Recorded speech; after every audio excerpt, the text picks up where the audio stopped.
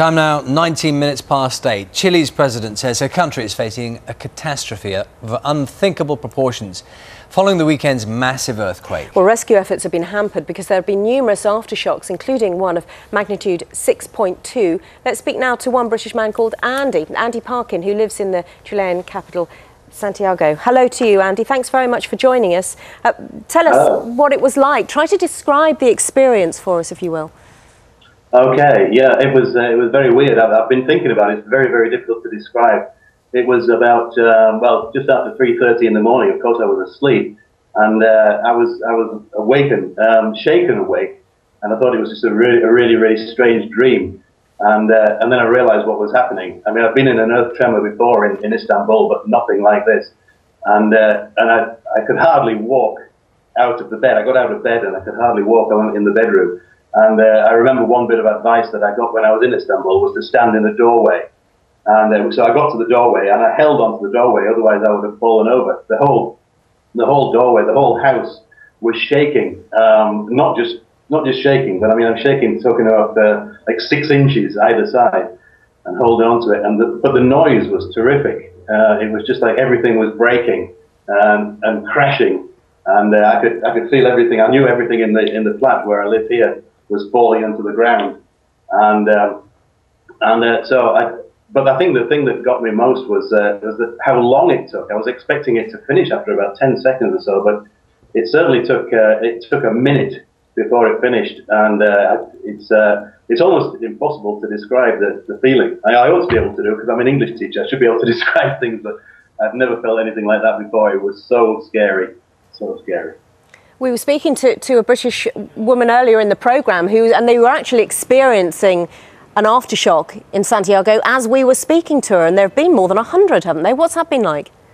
Yes. I mean, I'm sure there've been. I don't know what the figure is at the moment, but it's like all the time. I can feel as though something's going to happen. There have been most of the aftershocks are just like 2 or 3 second tremors and not too bad. But certainly yesterday morning when I got up and I'm sitting here on the computer thinking that everything had died down, and there was another good, like I would say, 10-second aftershock, which moved everything again, and I just ran for the door again. And I think the aftershocks are probably almost as terrifying as the main thing, because now you're thinking, is it going to be another big one? But I don't know how long these aftershocks are going to. I'll have someone tell me that they're probably going to last for about another month, but I hope not, because they are really quite terrifying, the aftershocks, some of the big ones. We've been seeing some pictures earlier of some of the devastation in the coastal regions, they've really been hit badly. Now, I know that at the moment you're not with your wife, Helen. She's somewhere else in Chile. Do you know where she is and how she is?